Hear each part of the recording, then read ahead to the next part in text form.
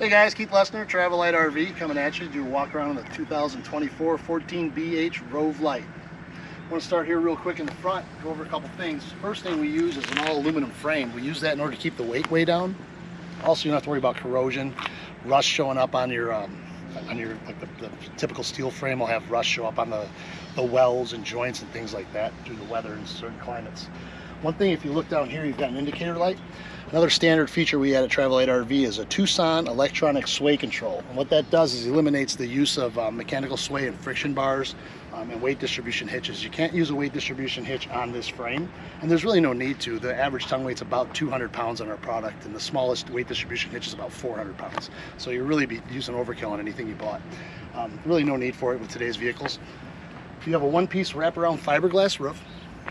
The floor is a honeycomb composite. So if you pictured a beehive turned sideways, 3/4 of an inch thick, cased in fiberglass, that's what your floor is made out of. Same thing they use in the airline industry. On the sidewalls, what we're using is a Azdel back gel coat fiberglass with 2-pound fire retardant foam, and then Azdel interior walls, and those are all vacuum bonded using a 2-part epoxy, not the typical water-based epoxy. So what we did is eliminate all the wood in the structure of the vehicle. And what that does for you is it eliminates delamination, mold, mildew, any chance of rotting, even if there was water intrusion. In order to keep the water intrusion away, the way we put this together is first we put the floor down, and then we Sikaflex glue the sidewalls to get to that floor, and then Sikaflex the entire roof, and then we screw it together. So that Sikaflex glue is the same thing they use on motorhome caps and roofs in order to keep those on. So we use that to glue it together. Then we screw it. Once that Sikaflex glues, we could remove those screws and it would hold together. That's how strong that bond is, but we don't do that. We leave the screws in there. And then we take this rail cap. Before we put the rail cap on, we put in a 1.5-inch piece of butyl. It goes behind this seal here, and then we sandwich this rail cover on. You can see the butyl right here if you want to take a little peek at that right there. So you might see that oozing or whatever. That just tells you that it's doing its job. With the heat, it'll kind of expand, and not really expand, but kind of sink in and get squished in there. So we keep that together. Then we put the rail cap on, and then we put the screw cover, which is just this piece on top, covers the screws, makes it look a little bit nicer. As we walk around on the side here, you'll see that we've got a spot for 2 batteries. Batteries don't come with them because it's really dependent on what you want to install on the unit for batteries. Some people want to use lithium, some people want to use AGM batteries. Some people just use the standard deep cycle batteries. With that, if you step back a little bit here, you can see on the roof there's a 200-watt solar panel on it. That solar panel also has an MPPT charge controller, which means it's expandable. There are 2 tails hanging off the back on the top in case you wanted to add another solar panel on the top. That'll maintain your battery. Part of the reason we did that is because the industry's kind of making a change over to 12-volt refrigerators, and they're not the old 12-volt evaporation refrigerators. They're a 12-volt compression refrigerator, which is a lot more efficient. So the 12-volt refrigerator, the way it kind of works is 12-volt, but when your vehicle's charging the vehicle, when your vehicle is towing it, it'll charge the battery is running your refrigerator. When you're on shore power, the shore power charges the battery runs the refrigerator.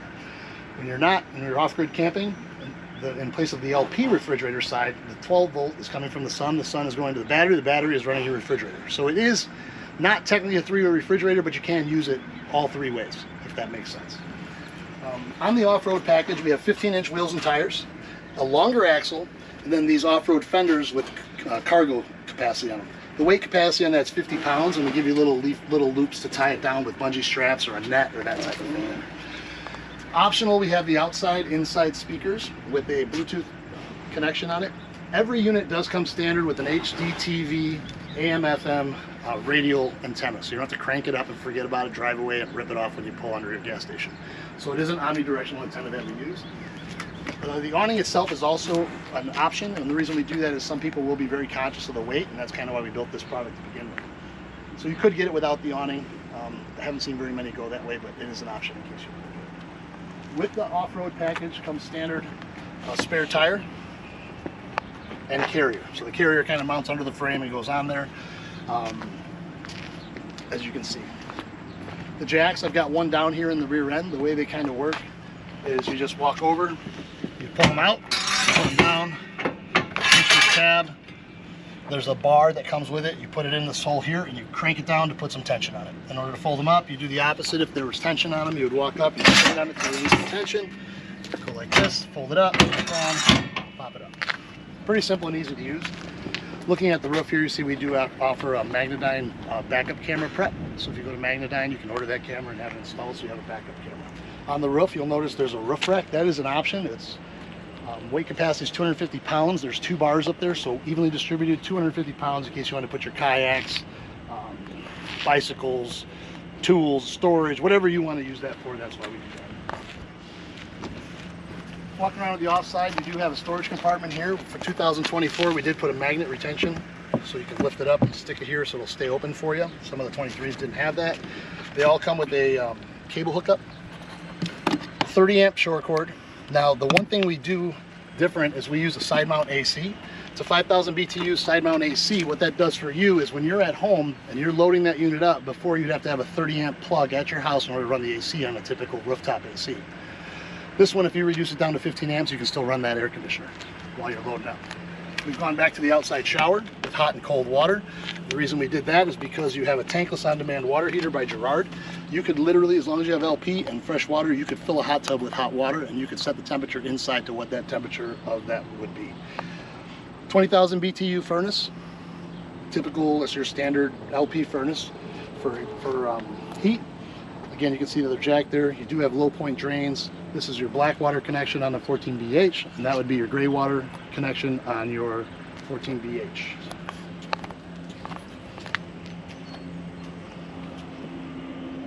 What else? All right, Jody, you can cut it.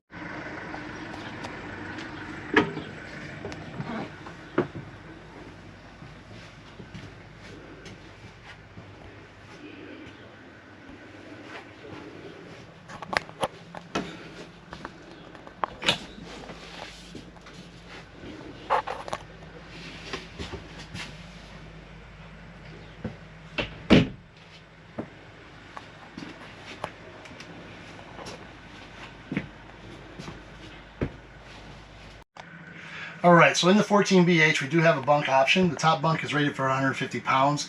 The bunk folds a little different than most bunks you're looking at, and the reason we do that is because we wanted you to be able to sit on the bottom bunk here and actually have some headspace up here too. We have had some people buy the BH just to use that as storage as they're traveling. I want to show you real quick how that bunk goes down. So in order to do this, what you'd do is you'd slide this out.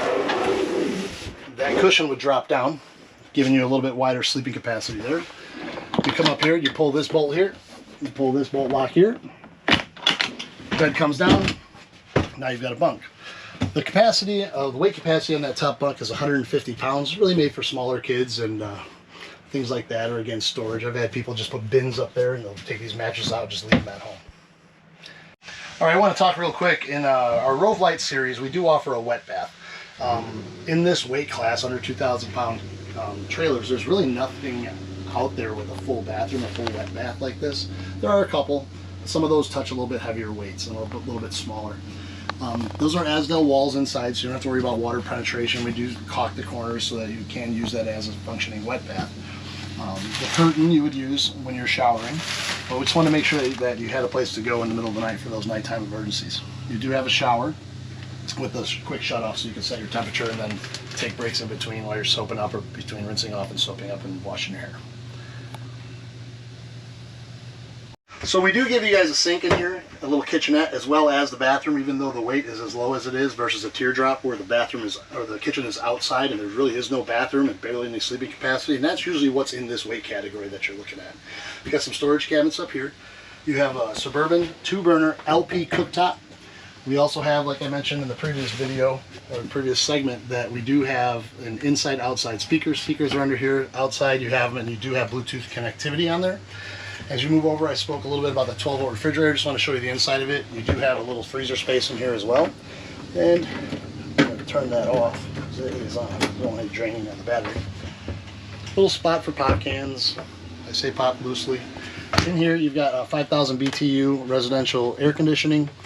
Again, that is 5,000 BTU, so you can run that when you're plugged in at home using a 15 amp adapter. So when you're loading up, you're not sweating. You do have a travel latch on the refrigerator so it doesn't come open while you're going down the road. And then your bed, also for the front, is your booth dinette. As you come around the corner, as you come around the corner here, you're going to see there's the MPPT charge controller that I talked about. It is up there, it is mounted. You can see that if you get around there, you can see that the green light shows that the battery is, there is indeed a battery on it, and the red flashing light shows that it is charging. And again, that is an expandable charge controller, so you can add an additional solar panel to it. Okay, so I've broken down the bed to show you guys where you sleep. You break that bed down. I do have some people that will just leave that down and use that for sitting. That's completely up to you. We try to make them as versatile as possible so you can make it your own. If you swing around here, you'll see that we've installed an exit window here, emergency exit window. So you just open that up, push it out, and climb out the window in case of a fire. Again, all lights in this unit are LED lights. So everything in here is LED. Every light we use, including your backup lights, turn signals, all of it. The reason we do that is we want you to be able to maintain as much battery life as you possibly can for those boondocking situations.